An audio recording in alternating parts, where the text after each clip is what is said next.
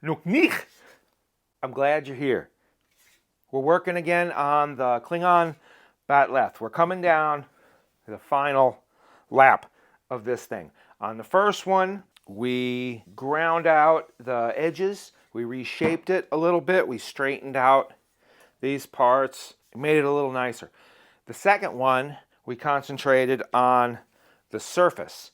We flattened it out, we sanded it down, we polished it, and we worked on these blade lines, these bevels going down, and got them really nice and straight. I think they look fantastic. All right, on this one, we're going to decorate it. We're going to put some Klingon words and logos on it. We're going to etch that in, and then also we're going to do the handle. And hopefully by the end of it, I'll have a really cool, really personalized batleth.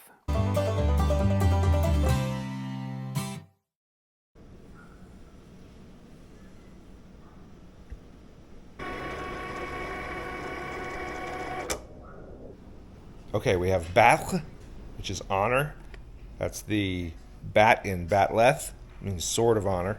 Then we have mach, which is loyalty. And then we have mejor, which is glory in battle.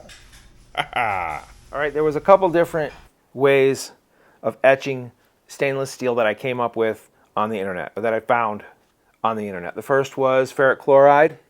This was recommended by a couple of things. I guess a lot of people on Etsy use this for doing drink tumblers and that kind of a thing. You clean it up with baking soda. I got some baking soda around here somewhere. The other method I came up with, I was really excited about, was you use salt water and a little 9-volt battery, and you clamp the leads to it, and it makes a reaction on a Q-tip as you go through. So I tested both methods.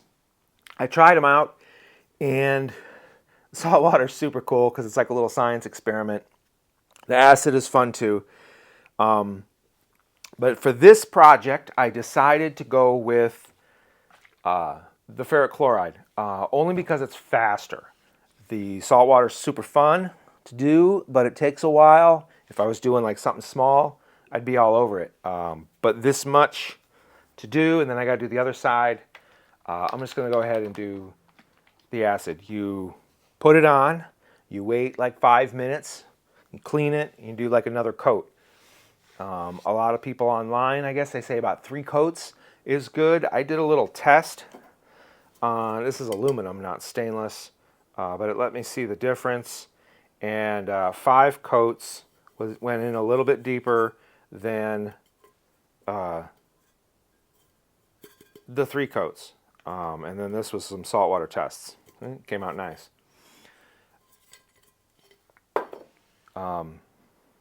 So we'll see how it goes. I'll probably do 5 coats. Yeah.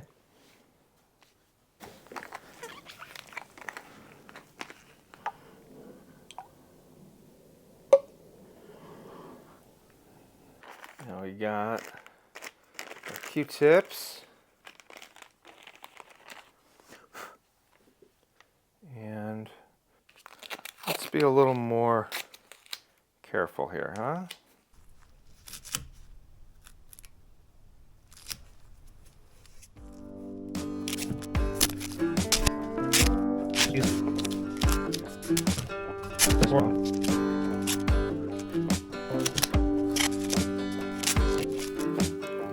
Okay, let's try that again.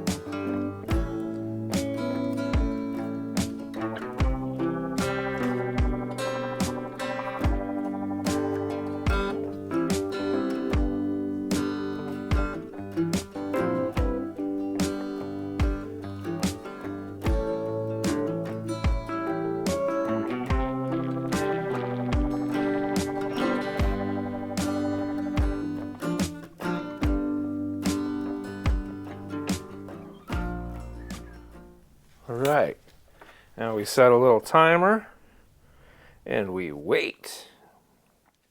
Now this isn't as dangerous as some of the other acids you could use to etch metal, but it is still an acid and it is still dangerous. So if you use this, research it a little bit better than just this video, and be careful. Use some safety items, and there you go. All right, stop. Stop. Okay, that's 5 minutes. Now we're going to blot off just a little bit of the excess.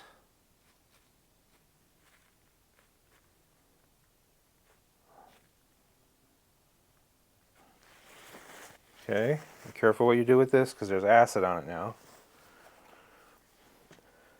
Now we're going to just give a quick wipe to clean the crud that's come up out of the metal. See? It's black. And this is going to help the next coat bite in a little bit. And everything I know about this is just from my one time using it, testing this stuff. I'm not a metal etching expert, about as much as I'm an expert on anything else. Don't get me wrong, there's stuff I know about. Metal etching is not up there on the list. When you're doing this, you want to be careful not to mess up your decals.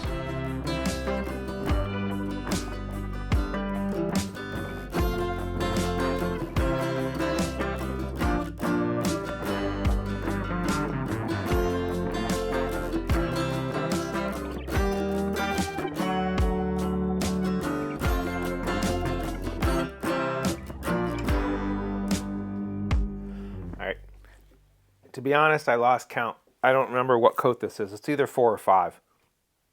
Lots of stuff still coming off.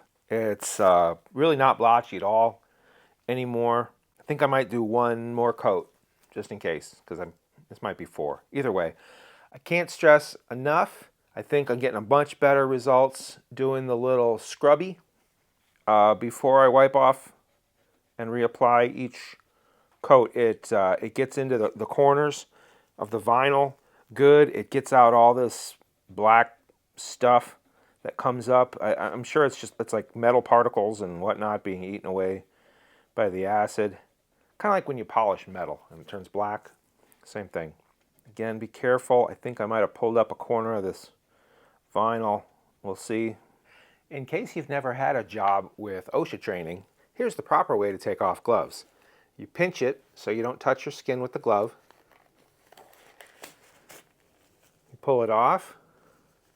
You put it here. You're touching nothing but the inside of the glove. Then as you take off this one, you roll it and everything's inside. There you go.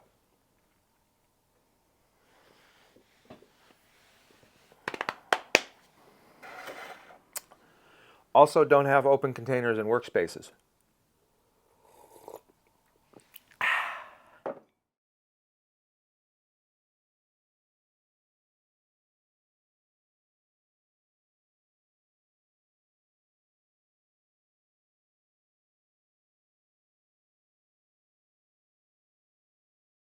I don't know if this is the right technique. This is what I'm doing. Just covering everywhere where I've splattered or spilled.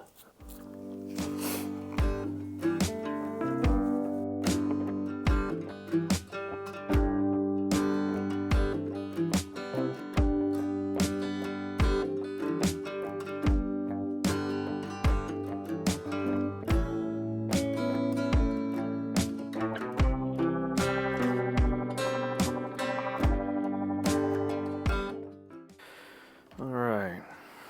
Well, still got a little bleed.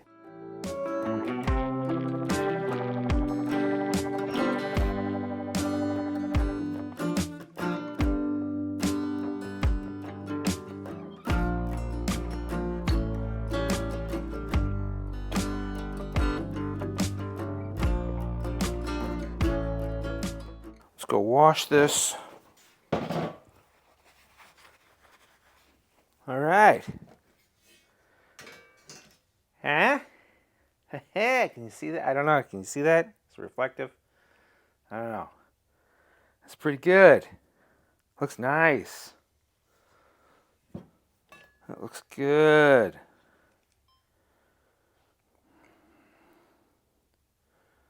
Yes, yes, yes. All right. I got a couple little touch-ups to do. I'm going to try. This one will be easy because it's on the sanded part. I'll sand that out. And then I'm going to see about touching it up a little bit with some polish.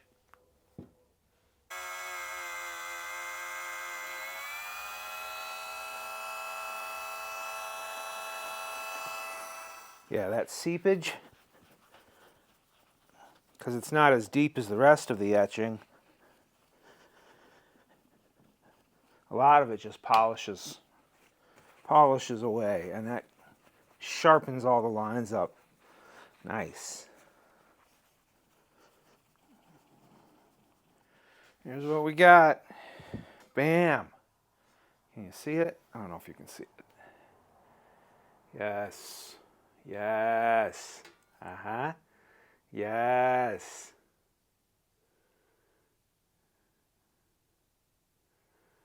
That's good. That's good. Oh, that's even better. Right there. Can you see it? I don't know if you can see it. I'm very happy with it. All right. Here's all the handle stuff we took off. Here's this padding stuff that was underneath. We're going to reuse that.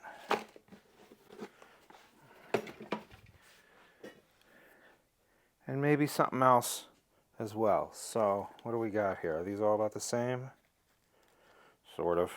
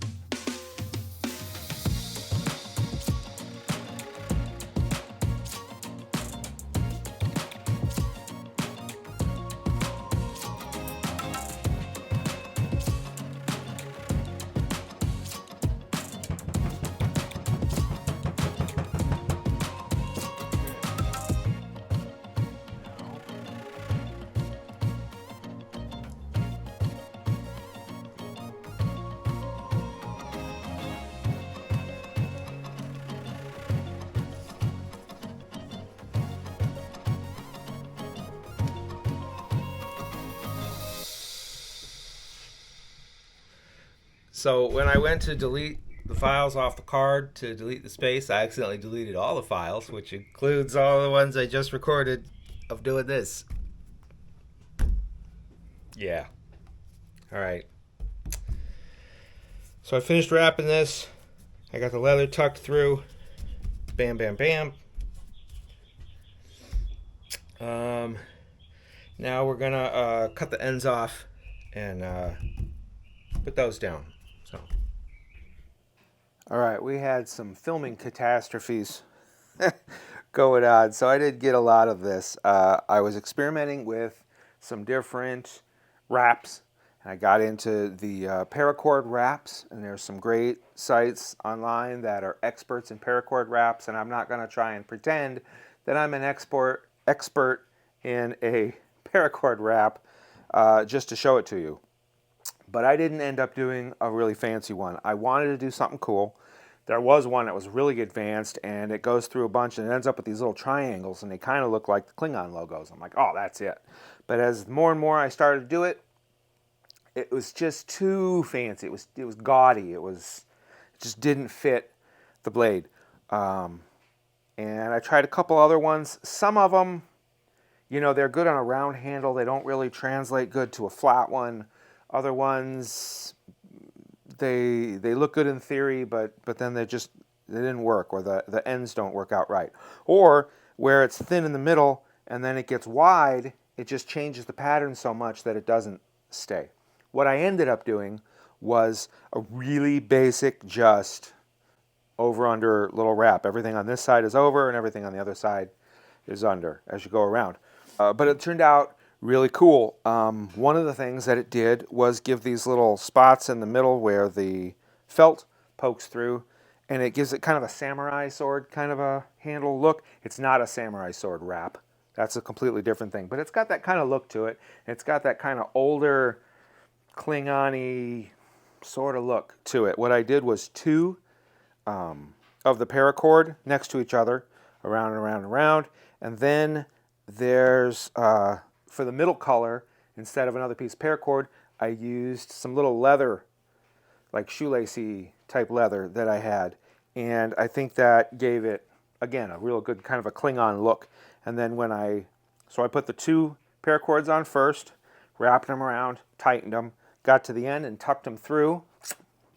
Then I went back and threaded through the leather, and when I did that, it pushes apart the two pieces of paracord, makes it all super tight, and then tucked those through at the end. And then at the very, very end, I added a little bit of glue and then pulled them tight and trimmed them off. That's really how that happened. It's super comfortable. It's a good size, I think. If you were actually like fighting with this or anything, I don't think that would be bad. And most importantly, it looks good. Okay, here it is. Ta-da! I think it looks great. It was a lot of work over the last couple weeks. The handles came out great. They're comfy. The polish looks good. All the edges look good. They're actually pretty sharp. Maybe a little too sharp. I might have to round them down, because if this thing falls off the shelf, it's going to kill me. The etching turned out okay, even though I kind of messed it up. Had to polish it down a little bit. Honor, loyalty, glory in battle. That's Klingon for live, laugh, love. Hey, thanks for watching. Thanks for seeing this through. Thanks for liking, subscribing, sharing. If you watched but didn't get this far in the video, well, you missed out. Kidding. I still appreciate it. All right. Thanks again. See ya.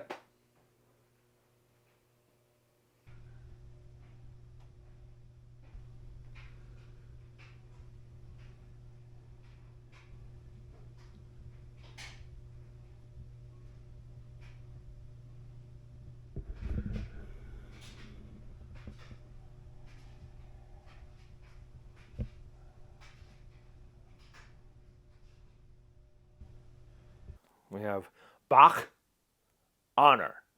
And we have Mach, loyalty.